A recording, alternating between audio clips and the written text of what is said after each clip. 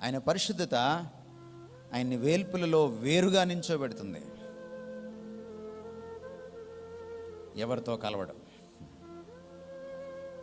అందుచేతనే ఆయన్ని పూజించే వాళ్ళు కూడా అంత ప్రత్యేకంగా బ్రతకాలి. మనం ఏం చేస్తున్నాం? మనం యేసుప్రభుకి కొంత, వేరే వాళ్ళకి కొంత. ఉదాహరణకి మీరు కులం పాటిస్తారు, అది నీ దేవుణ్ణి అవమానపరచడం. ఎందుకంటే కులం వేరే దేవుడి దగ్గర నుంచి వచ్చింది.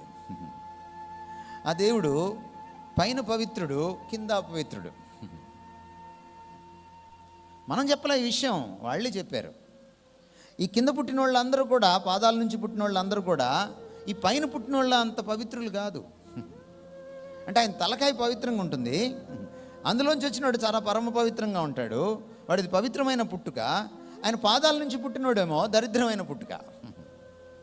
అంటే పాదాలు దరిద్రమనేగా అర్థం, అంతే కదా అర్థం.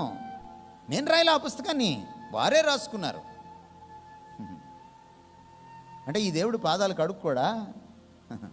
ఈ దేవుడు పాదాలు అశుద్ధమా? తలకాయ శుద్ధమా? ఈ దేవుడు ఆపదమస్తకం శుద్ధమైన వాడు కాదా? మీ దేవుడిని మీరు మీ దేవాలయాలకు వెళ్ళి పాదాలు పూజిస్తారా, తలకాయను పూజిస్తారా? పాదాలని పూజిస్తారు. నీ పదరాజీవములతో అని పాట పాడారు మీరు. మరి పాదాలు పాదపద్మాలు అని అంటున్నారే, అవి పవిత్రమైన పాదపద్మాలు అయితే అందులోంచి పుట్టిన శూద్రులు, అందులోంచి పుట్టిన దళితులు పవిత్రులు కాదా?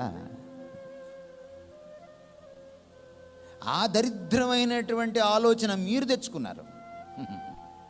ఈ పవిత్రమైన దేవుణ్ణి పూజించే మీరు ఆ దరిద్రమైన ఆలోచన తెచ్చుకొని మీరు క్రైస్తవంలో కలుపుకున్నారు. చూశారు? వాళ్ళని క్షమిస్తాడు దేవుడు, ఎందుకంటే వాళ్ళకి తెలియదు పాపం. కానీ మిమ్మల్ని క్షమించడు దేవుడు. మీకు మ్యూజిక్ ఉంటుంది,